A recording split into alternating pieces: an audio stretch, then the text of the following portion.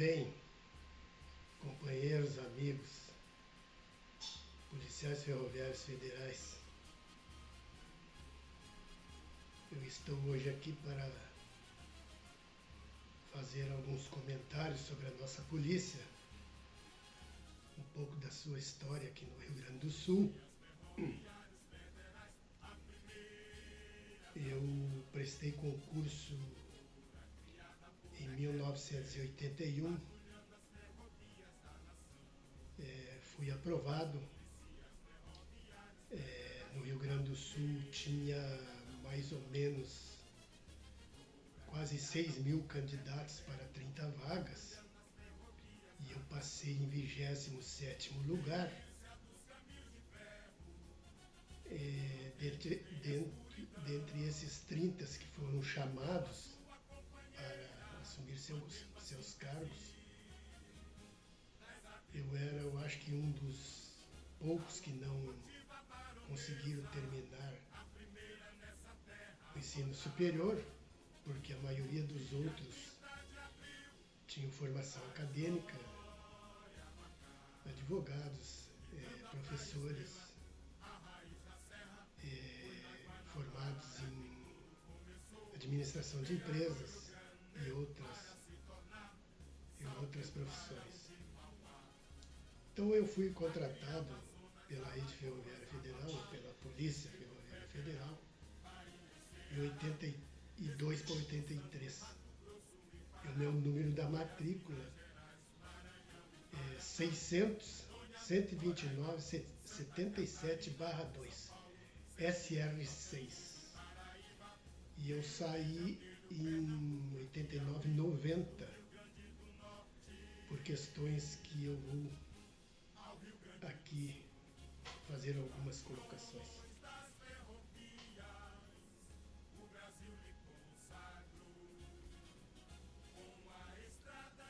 No Rio Grande do Sul,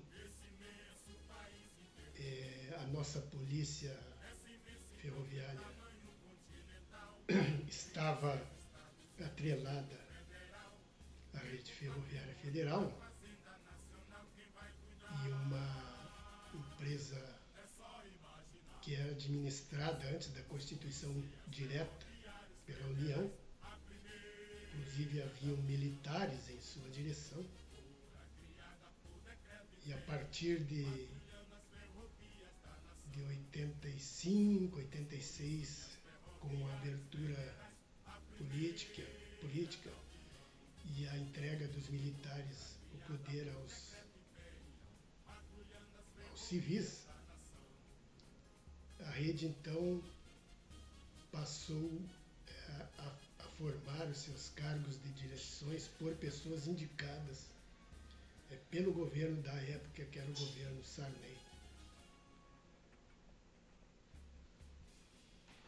Nessa época, em 86, meados de 87, quando a gente desenvolvia um trabalho muito bom aqui no Rio Grande do Sul,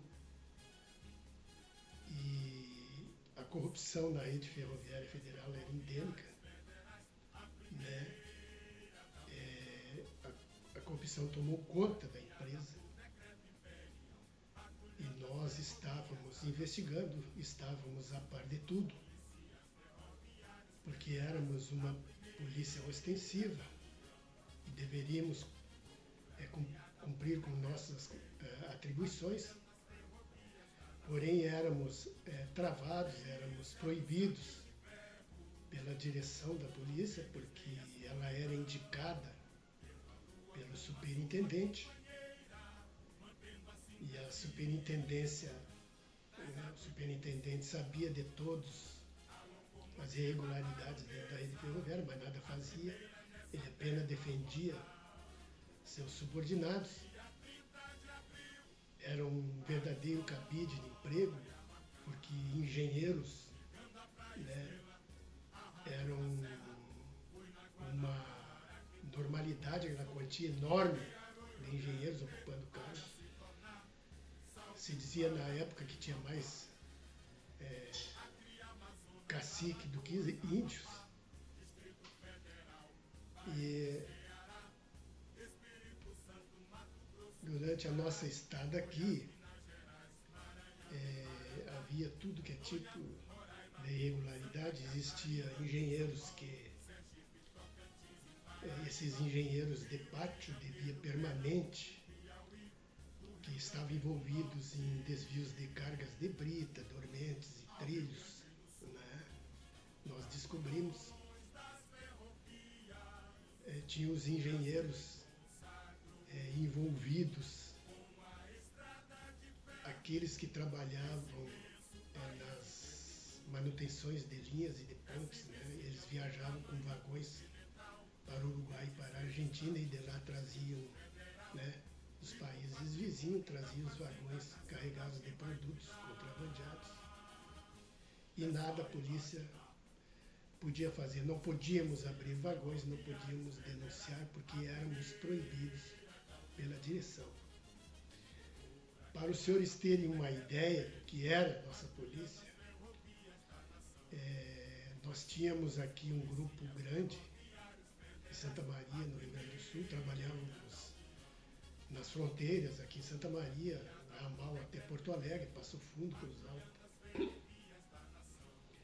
E a nossa chefia aqui tinha em sua direção um semi-analfabeto, um analfabeto, segundo ano primário, né, comandando pessoas formadas. Né? Por que essa pessoa estava lá? Porque ela comungava com os atos delitivos nas ferrovias, né, cometidas por o alto escalão da rede ferroviária.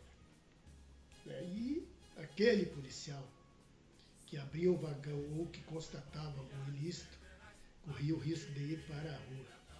Então, o pessoal, para manterem seus empregos, né, fechava os olhos.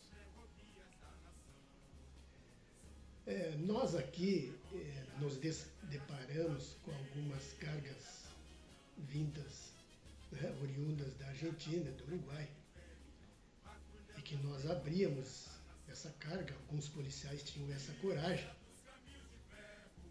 E muitas das vezes as cargas, né, 10, 20, 30 vagões, transitavam sem nota fiscal, porém carregados.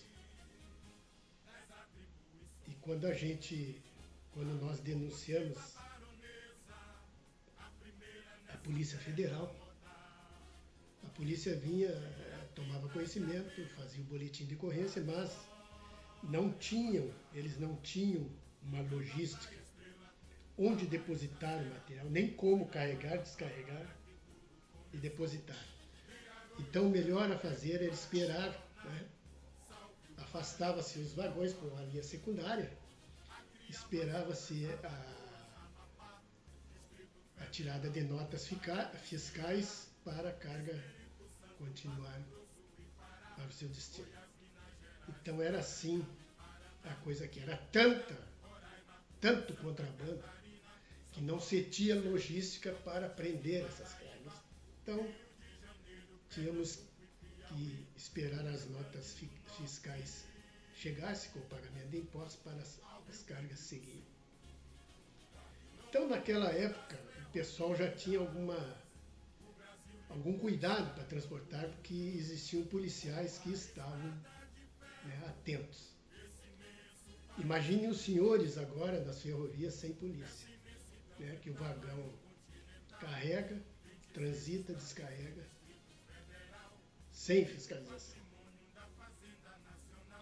Estivemos nas fronteiras fazendo uma matéria e algumas perguntas, algumas fotos, algumas filmagens.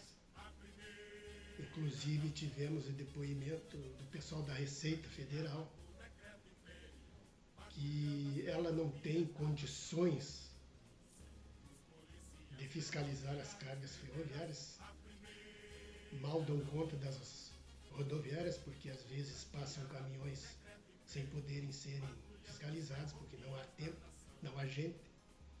E nas ferrovias eles nem aparecem. Então passa tudo que é tipo de produto em nossas fronteiras. Principalmente o contrabando de drogas e armas. Dito isso, gostaria de dizer também aos senhores que naquela época nós combatemos o contrabando, o tráfico e as irregularidades na rede ferroviária federal. Inclusive, enviamos relatório ao senhor presidente José Sarney, que nos respondeu que iria montar um grupo para ver a possibilidade de transferir a polícia para o Ministério da Justiça, como nós sugerimos, para daí então a polícia conseguir ter independência e poder agir, né, dentro das suas atribuições nas ferrovias. Mas fomos perseguidos, fomos severamente, né, humilhados. Eles colocaram aqui na direção da polícia um delegado corrupto, que mancomunado com outro delegado da Polícia Civil de fora, né, eles tinham o objetivo de desmanchar a nossa investigação. Para não sair nos jornais e a rede não correr o risco de sofrer uma intervenção da União, ou do Tribunal de Contas da União, nós fomos ameaçados até de morte. Mas nós conseguimos colocar na imprensa, nos jornais, em todo o estado do Rio Grande do Sul, o que estava acontecendo na rede ferroviária federal. Muitos de nossos companheiros, né, foram demitidos por este motivo. Então, senhores, falo aqui para todos os policiais, e hoje nós estamos chegando a uma vitória, que é a implementação da verdadeira polícia ferroviária, que vai beneficiar todos os policiais, inclusive aqueles que estavam contra a polícia, que trabalhavam contra a nossa polícia, que eram policiais, mas que não queriam polícia porque queriam manter seu carguinho de supervisor, de chefe, né? Elementos sem capacidade. Então hoje nós temos essa possibilidade de conseguirmos implantar a polícia ferroviária e beneficiar a todos, inclusive os traidores. Queria dizer também aos senhores que nós estamos lutando desde lá de 1983. Em 88 eu quase fui preso por uma juíza do trabalho porque nós discutimos a Constituição. E eu disse para ela que o artigo 144 era um artigo constitucional que estava elencado na Constituição Federal, e ela me disse que era um projeto de lei. Então ela mandou-me ficar calado, porque senão iria me prender. Agora os senhores vejam só onde eu estava alocado, em que região eu estava. Corrupção geral, né? Juíza, mulher do engenheiro que nós denunciamos, que estava envolvido em contrabando, delegado, chefe da segurança da Polícia Ferroviária, mancomunado com o delegado da Civil. Então existia aqui uma quadrilha muito bem montada da rede ferroviária para saquear a empresa e realizarem as suas, né, compras, os seus negócios, né, que diziam respeito a contrabandos, né? Existiu naquela época, em 90, quando o Ministério da Justiça pediu informações sobre a nossa polícia para um determinado ministro, e ele disse que não tinha conhecimento de polícia, que não existia polícia. Digo aos senhores que esse ministro Mandava para a Argentina vagões e vagões e mais vagões de trilhos. E de lá vinha prego, caixas e caixas, vagões e vagões de pregos para construção civil. Então ele estava lavando dinheiro, né? Mandando trilho, trazendo prego e ganhando dinheiro. Essa é a pessoa que disse que não existia polícia aqui. Hoje nós estamos em outro patamar, apesar de termos tido em nossa representação pessoas, como eu já falei, mercenários, que iriam, o interesse deles era próprio, não era pela polícia. Queriam cargos, tomarem conta de assalto, todos os cargos da polícia, inclusive talvez até os recursos da Polícia Ferroviária, né? Se deram mal. E hoje, acredito, os senhores podem contar com a Associação Nacional, porque nós estamos trabalhando seriamente. Nós trabalhamos desde daquela época até os dias de hoje, nós não paramos nunca. E saibam, senhores, que só a justiça, através da intervenção do Ministério Público Federal, é que vai implantar a polícia. Né? Alguém deve obrigar o governo a cumprir as suas obrigações. Esperamos que em conversações agora com o ministro, o novo ministro, que é uma pessoa do ramo, que tem experiência na questão da segurança pública, que ele nos dê atenção e faça alguma coisa, tome alguma medida para que se cumpra a Constituição, que se implemente a Polícia Ferroviária. Hoje essa polícia, em atuação, recolheria muitos impostos aos cofres públicos, além de combater a entrada de armas e drogas e todo tipo de carga ilícita em nossas fronteiras. Estaríamos trabalhando junto com as nossas co-irmãs Rodoviária Federal para combater os ilícitos nas fronteiras, que é o objetivo agora do ministro José Serra. Então, senhores, estamos trabalhando honestamente, honradamente, com dignidade, passando informações, não temos nada a esconder. Estaremos em Brasília, faremos conversações, estaremos na Câmara e faremos o que for possível, que tiver em nosso alcance, para regulamentarmos a Polícia Ferroviária. Acreditem, tenham fé. Agora vai começar a outra fase da nossa implantação, do nosso departamento.